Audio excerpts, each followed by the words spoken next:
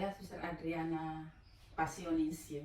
Kalau singkat itu CP, kalau belakang itu CP itu Pasionis, Kongregasi Pasionis. Di komunitas ini karena saya baru juga, kami baru selesai pemilihan provinsial pemimpin kami.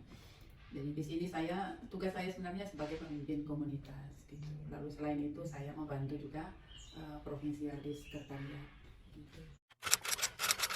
Kegiatan sehari-hari tiap pagi itu ya, tiap pagi kami awali seluruh hari itu dengan doa, itu awal. Jadi ibadat pagi bersama, lalu kemudian perayaan Ekaristi. Nah setelah perayaan Ekaristi, bagi yang kerja di luar karena ada yang kerja di rumah sakit, ya setelah perayaan Ekaristi sarapan langsung berangkat kerja. Gitu. Bagi kami yang di rumah, karena di rumah ini juga masing-masing punya tugas, ada yang di rumah sini, ada yang di rumah retret, ada yang di dapur, ada yang menjahit gitu ya. Ya kami sarapan pagi bersama, lalu setelah itu dengan kegiatannya masing-masing gitu. Kami para Suster Pasionis ini, pendiri kami itu Maria Magdalena. Kami punya karisma. Karisma itu ngambil dari Santo Paulus dari Salib itu untuk menghayati sengsara Yesus. Jadi kami menghidupi sengsara Yesus itu dalam kehidupan kami sehari-hari. Jadi bukan karena menghayati sengsara lalu kemudian kita sengsara, enggak, tapi bagaimana sengsara Yesus itu kita ubah menjadi sebuah kebahagiaan dengan hidup sederhana dan lain sebagainya yang kami hayati dalam 4 kaul yang kami hayati setiap hari itu. Jadi kaul menghayati dan merasakan sengsara Yesus, lalu kemudian kaul ketaatan, kaul kemiskinan, dan kaul kemurnian. Sebenarnya setiap kongregasi itu memang ada perbedaannya. Contoh mungkin di sini Santa Perawan Maria itu atau Sang Timur itu menghayati, kalau Sang Timur itu mereka lebih kepada anak-anak. Jadi pelayanannya itu ke anak-anak.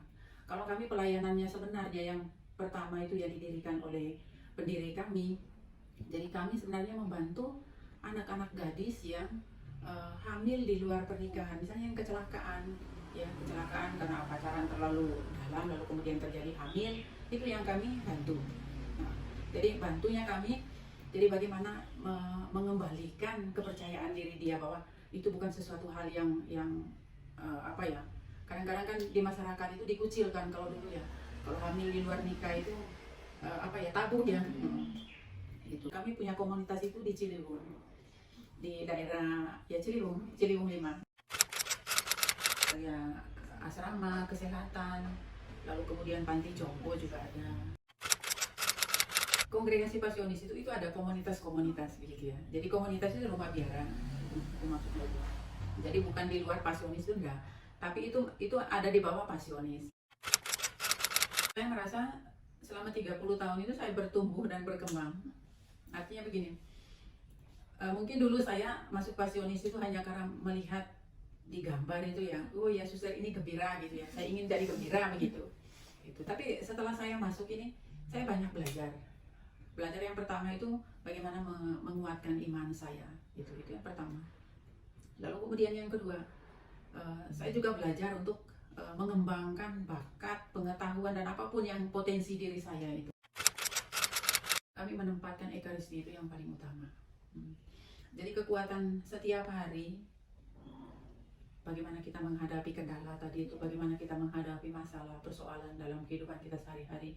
Kalau tidak dibekali dengan kekuatan iman, pagi kita bangun belum duduk di hadapan Tuhan itu akan menjadi goyah sepanjang hari. Tapi kalau kita sudah punya kekuatan, apapun yang kita hadapi sepanjang hari itu akan menjadi gembira, mudah gitu. Untuk anak-anak muda, ya mungkin kalian takut kalau mau masuk biara, tapi sebenarnya tidak perlu takut, karena di dalam biara itu hidup kita itu jadi bahagia, lalu kemudian ada kedamaian, walaupun mungkin kita tidak punya uang, tidak punya apa, tapi segala sesuatunya itu akan ada gitu. Jadi mungkin orang di luar sana kadang-kadang mencari sesuap nasi itu sulit sekali, tapi dalam biara apapun itu selalu ada. Terima kasih. Tidak apa-apa.